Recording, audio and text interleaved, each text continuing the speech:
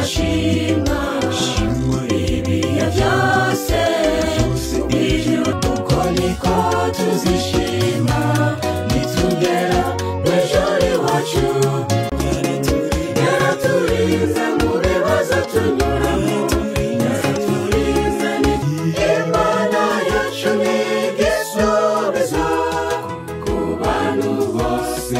Ain't your words ever true, changing me?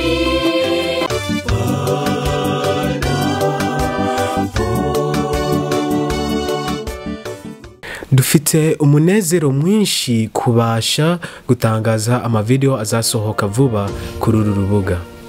We have a great joy to be able to announce videos to be released soon on this channel.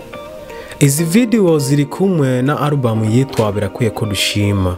Niyo album yacu ya mbere irimo amashusho 6. These videos are in an album called It Is Necessary That We Praise. It is our first album containing 6 videos. Bine bijanye no gushima n'ibindi bibiri byiyongera. 4 about praise and 2 extra ones. Indirimbo nyamukuru kuri album niho twakuye izina Birakwiye ko Dushima. The main song on this album is where we got the name from. It is necessary that we praise. Nimukwiye gurira inshuti yacu Emanuelina cyangwe witwa Mama Edisa dushimira Uwiteka wamurinze ubuzima mu bihe bibi.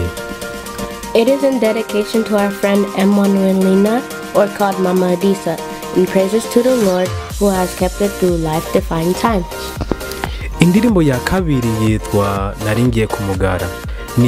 Nimukwiye gurira mama wayanditse yibuka ubuzima yanyuzemo ari umukobwa.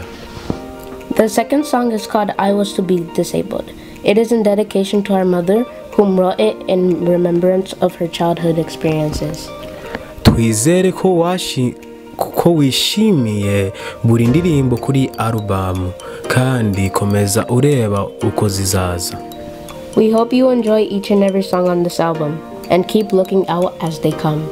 Ntiwibagirwe kubisangiza. Reka dukwirakwize hamwe ibisingizo by'Imana. Amen. Don't forget to share them. Let us spread the praises of God together. Amen.